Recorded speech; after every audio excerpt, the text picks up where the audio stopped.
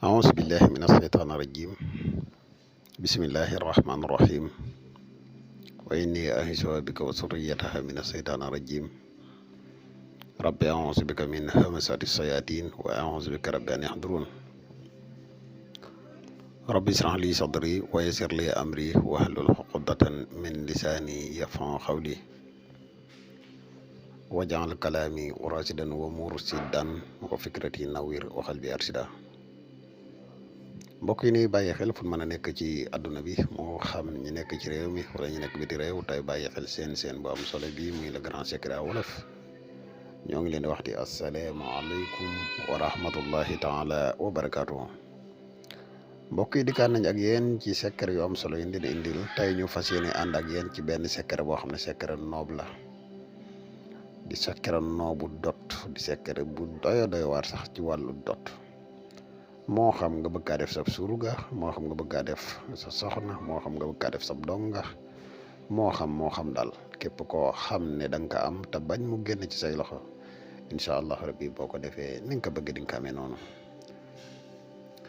bala ñuy gën a sori ci secret bi rek dañuy defee ab fàttali comme niñ koy faral di defee ci lenn ci sunuy vidéo di la wax yow mi gan ci pass bi bu fekkee ne abonné goo ci chaîne bi ñoo ngi lay ñaan nga abonné. te sem vidéo bi partage ko mu gën a yaatu ndax mboolem vidéo yi ni dugal ci seen bi yëpp ay vidéo yi njariñ la te njariñ nag moom nu mu gën a yaatoo rek ci la gëne di la wax yow mi nga xam ne da nga bëgg a def lu seet wala nga bëgg a def lu listixaar dañuy def seet à distance dañuy def tamit listixaar à distance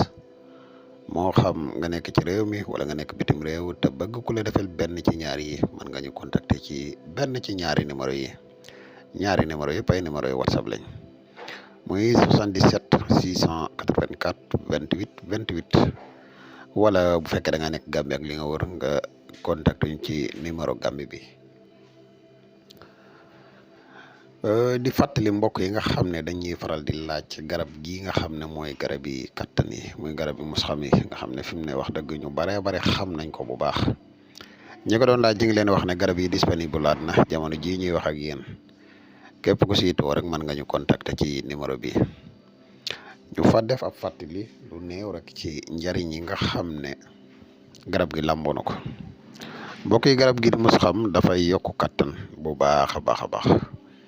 garab giir mos xam dafay yokk maniyu bu baax a baax mbokk yi garab giiri mos xam dafay dundal wallax njaan mooy li tax nit di am doomu aadama wallax njaanam bu feebulee pour mu am doom dina jafe lool kon képp ku siitoo rek mën nga ñu contacter ci numéro bi muy 77 684 28 28 foo man di nekk di nga si jot incha allah. mbokk yi tey secret bi ñu leen indil muy secret noobu dot secret la boo xam ne xëy na dañ koy junj ndax dafa baati na bopp te am na ci loo xam ne kenn du ko joxe publiquement waaye ku ko yittoo rek boo ñu contacter incha allahu rabbi dinañ la ko baaxee. secret bi baat bi nii nga ko gisee nii nga koy bindee am na ay mbir nag yu muy àndal waaye loolu am nañ ngànt pour joxe ko képp koo xam ne yàlla dogal na nag